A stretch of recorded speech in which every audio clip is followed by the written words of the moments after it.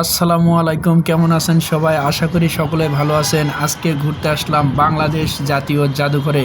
তো বাংলাদেশের যে জাতীয় জাদুঘরের সম্পর্কে বিস্তারিত কিছু কথা বলবো আর ভিডিওতে তুলে ধরতেছি, আপনারা সঙ্গেই থাকবেন। আশা করি সম্পূর্ণ ভিডিও সকলেই দেখবেন।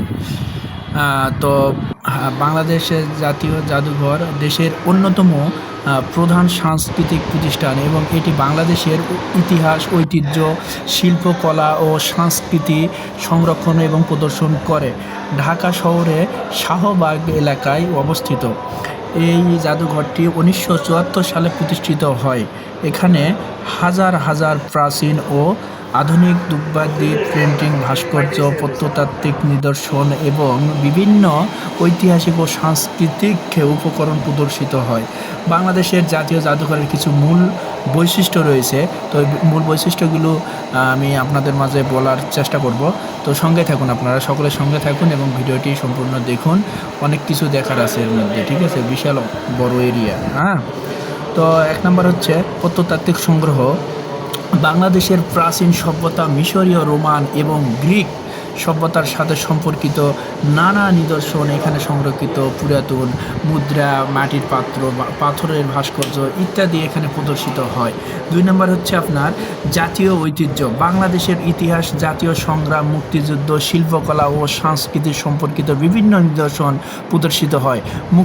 মুক্তিযুদ্ধের স্মৃতিচিহ্ন, বিখ্যাত ব্যক্তিদের চিত্রকর্ম, পুরনো বই ও পাণ্ডুলিপি ইত্যাদি স্থান পেয়েছে।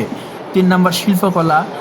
এ বিভাগের মধ্যে প্রাচীন ও আধুনিক চিত্রকর্ম, ভাস্কর্য, উজ্জ্বল রঙের পেন্টিং, সিল্কের বস্ত্র ও লোকশিল্পের নানা নিদর্শন রয়েছে।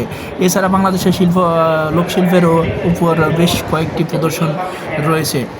4 নম্বর হচ্ছে বিশ্ববিদ্যালয় শিক্ষার্থীদের জন্য বাংলাদেশ জাতীয় জাদুঘর শিক্ষার্থী ও গবেষকদের জন্য একটি গুরুত্বপূর্ণ স্থল। এখানে নিয়মিত শিক্ষামূলক প্রদর্শনী ও সেমিনার আয়োজন করা হয়ে থাকে। দেখতে থাকুন, অনেক সুন্দর সুন্দর, দেখুন অনেক সুন্দর সুন্দর চারুকলা দেখুন। 5 নম্বর পাঠাগার।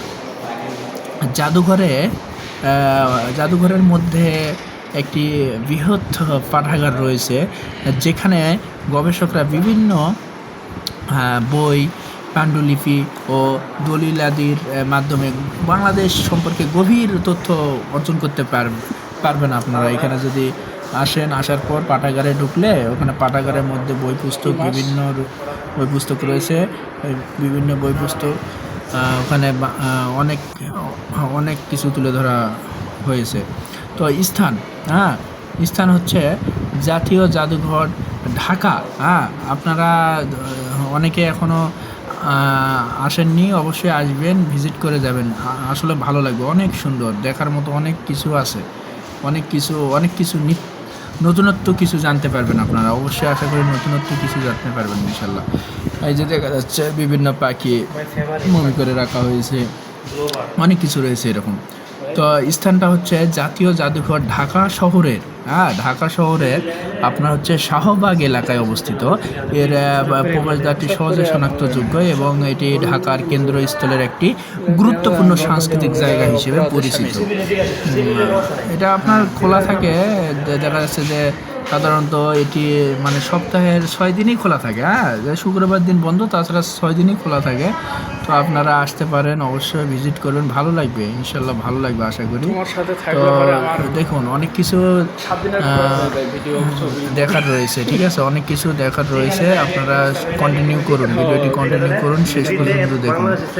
অনেক চারুকলা, অনেক শিল্পকলা, অনেক কিছু দেখার আছে। অনেক পেন্টিং, অনেক বস্ত্র, লোকশিল্পের অনেক কিছু দেখার আছে। আপনারা ভিডিওটি সম্পূর্ণ দেখুন, আশা করি ভালো লাগবে। দেখুন, তো আপনারা সঙ্গে থাকুন, দেখতে থাকুন। দেখুন এখানে তিমি মাছ রাখা হয়েছে, তিমির কঙ্কাল রাখা হয়েছে। দেখুন অনেক বড় বিশাল আকৃতির। এই পাশে আশা করি দেখলেন আপনারা, এই যে দেখা যাচ্ছে অনেক বড়। এখানে হাতি রয়েছে, দেখুন হাতি সব কিছু মমি করে রাখা হয়েছে। সব কিছু মমি করে রাখছে এখানে। তো আসলে ভালো লাগবে, অনেক মনমুগ্ধকর, অনেক সুন্দর কাজ তাদের অনেক সুন্দরভাবে অনেক কিছু প্রিন্টিং করছে, অনেক সুন্দর সুন্দর শিল্পকলা, অনেক চারুকলা, অনেক কিছু এরকম আর্ট করছে ও কিছু কিছু মানে মমি করে রাখছে একদম। এই যে দেখুন গ্রাম দেখেন, এই যে গ্রামে কীভাবে আগেকার মানুষ দেখেন কীভাবে বাজারে কীভাবে কিনে বাচ্চা, কীভাবে রান্না বান্না, কীভাবে দেখেন এই যে লোহা দিয়ে এই যে হাতুড়ি বানাইতো, দেখুন কি সুন্দর চারুকলা, দেখুন কত সুন্দর করে পেন্টিং করা হয়েছে। ওই যে দেখুন আপনারা পুরাতন দেখুন ইতিহাস, অনেক ইতিহাস জানতে পারবেন এখানে আসলে আপনারা। অবশ্যই আশা করি সকলেই ভিজিট করবেন, সকলেই ঘুরে যাবেন। অনেক সুন্দর, ওই যে অনেক রাজাদের জিনিস আগে এখানে যে বিভিন্ন রাজারা ছিল এগুলো ব্যবহার করত। এই যে দেখতে থাকুন আপনারা, সম্পূর্ণ ভিডিও দেখুন, ভালো লাগবে আসলে। ভিডিওটা আসলে অনেক লং হয়ে যাচ্ছে, হয়তো বা অনেকের ধৈর্য নাও থাকতে পারে, এতটা ধৈর্য সহকারে ভিডিও তো অনেকে দেখেন, ঠিক আছে, অনেকের ধৈর্য কম। আশা করি ধৈর্য হারা হবেন না, আপনারা ধৈর্য হারা হবেন না, সম্পূর্ণ ভিডিও দেখবেন, ভালো লাগবে। সম্পূর্ণ ভিডিওটি দেখবেন, শেষ পর্যন্ত দেখবেন, ভালো লাগবে। এই যে দেখুন কঙ্কাল কীভাবে রাখছে, কঙ্কাল। এখানে বিভিন্ন কবিদের বই পুস্তক রয়েছে, ওই যে অনেক মানে সব কবিদের এখানে দেখেন ওয়ালে সুন্দর করে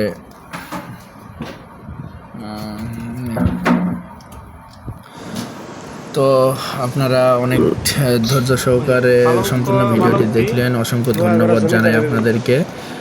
তো সামনে আরও সুন্দর ব্লগ আসবে, অবশ্যই অপেক্ষায় থাকবেন, আশা করি খুব তাড়াতাড়ি পেয়ে যাবেন। ধন্যবাদ সবাইকে, আসসালামু আলাইকুম।